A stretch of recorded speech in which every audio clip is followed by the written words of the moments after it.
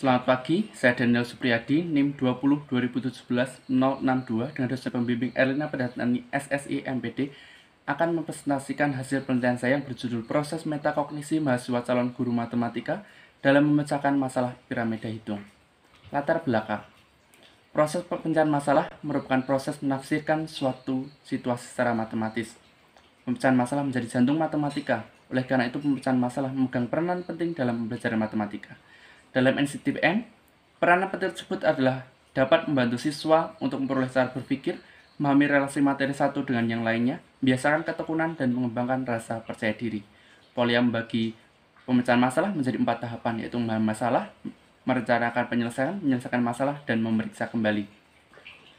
Pemecahan masalah mengharuskan siswa untuk menghadapi situasi yang tidak dikenalnya, sehingga siswa dengan kemampuan baik belum tentu dapat berhasil dalam pemecahan masalah. Terdapat faktor-faktor yang mempengaruhi keberhasilan siswa dalam pemecahan masalah.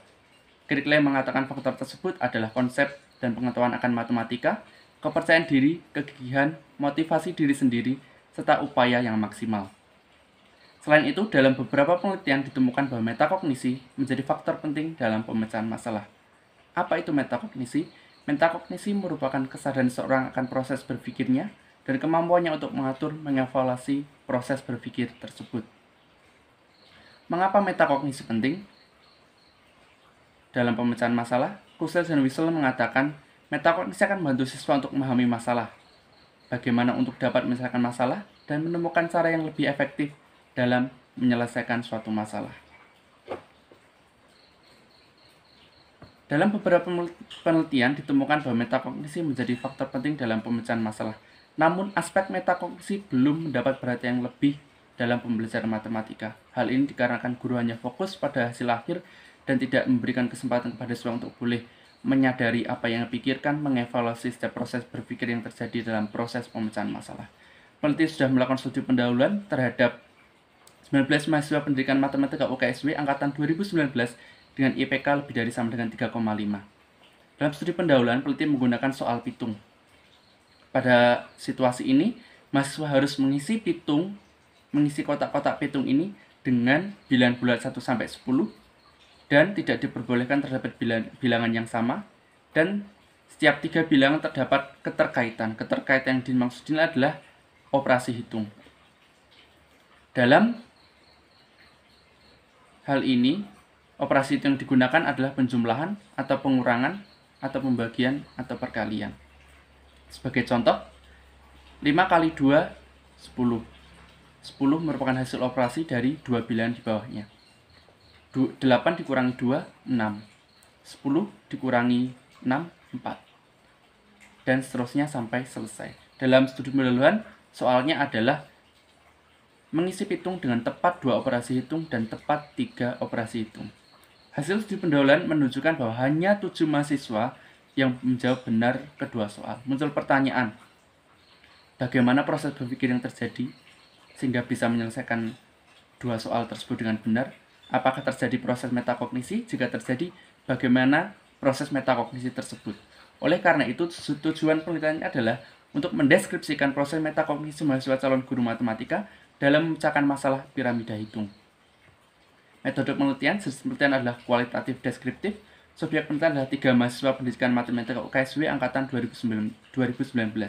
Kriteria subjek ini adalah yang pertama, berhasil dalam studi pendahuluan, yang kedua, bersedia menjadi subjek, yang ketiga, berhasil menyelesaikan tantangan pitung dengan tepat 4 operasi hitung dan komunikatif. Instrumen penelitian adalah instrumen utama yaitu peneliti, dan instrumen bantu yaitu lembar pedoman wawancara dan lembar soal pitung. Teknik pengumpulan data dengan metode tertulis, think aloud, dan metode wawancara. Teknik analisis data, yang pertama adalah pengumpulan data, kemudian reduksi data dianalisis berdasarkan indikator metakognisi oleh Wilson, awareness, regulation, dan evaluation. Kemudian data disajikan dan ditarik kesimpulan. Hasil dan pembahasan. Berikut, yang pertama adalah subjek 1, berikut gambar hasil pekerjaan dan transkrip think aloud dan transkrip wawancara. Subjek 1 mengalami aktivitas metakognisi jenis awareness, regulation, dan evaluation.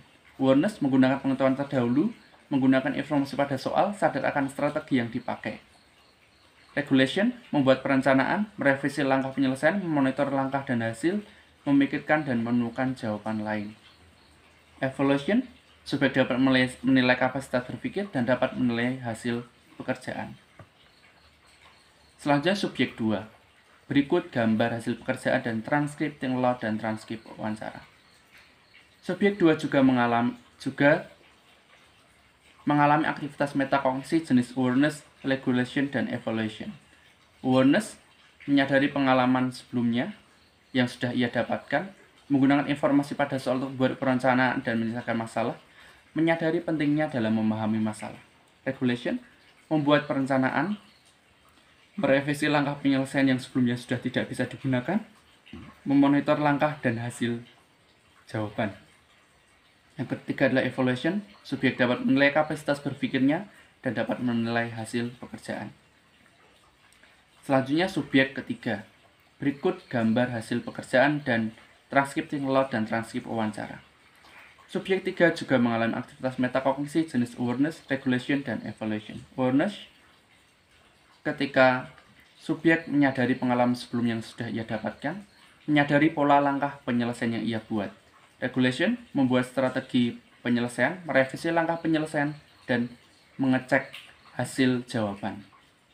Evaluation, menilai kapasitas berpikir dan menilai hasil pekerjaan. Terlihat bahwa dari ketiga subjek tersebut, saat proses pengisian pitung, setiap subjek tidak langsung dapat berhasil. Tetapi dengan penggunaan kemampuan metakognisi, akhirnya dapat mengisi pitung dengan benar. Hal ini sejalan dengan Kussel dan Wilson yang menyatakan bahwa metakognisi akan membantu seorang untuk memahami masalah, menyelesaikan masalah, dan menemukan cara yang lebih efektif. Al-Jabari juga mengatakan bahwa terdapat korelasi yang signifikan antara keberhasilan pemecahan masalah dengan kemampuan metakognisi. Dari ketiga subjek, hanya subjek satu yang dapat menemukan jawaban lain. Hal ini dikarenakan ia benar-benar menyadari akan permasalahan dan strategi yang ia buat. Rahmawati mengatakan bahwa kesadaran metakognisi mempengaruhi keberhasilan pemecahan masalah. Crow dan Denison juga menemukan bahwa siswa yang memiliki kesadaran metakognisi yang lebih akan bekerja lebih baik dan lebih strategi. Dari hal ini, penting untuk melatih kemampuan metakognisi karena siswa akan memiliki pemahaman konsep yang kuat dan strategi yang efektif dalam pemecahan masalah jika ia memiliki kemampuan metakognisi. Kesimpulan dari penelitian itu adalah metakognisi yang terjadi saat proses pemecahan adalah awareness, regulation, dan evaluation. Setiap aspek metakognisi tersebut terjadi di beberapa tahapan pemecahan masalah dan bentuknya beragam. Dan yang terakhir, metakognisi dapat menyukseskan mahasiswa dalam pemecahan masalah. Untuk saran dalam penelitiannya adalah penting untuk melatih kemampuan metakognisi. Terlebih bagi seorang pendidik, penting untuk melatih kemampuan metakognisi siswa atau mahasiswanya.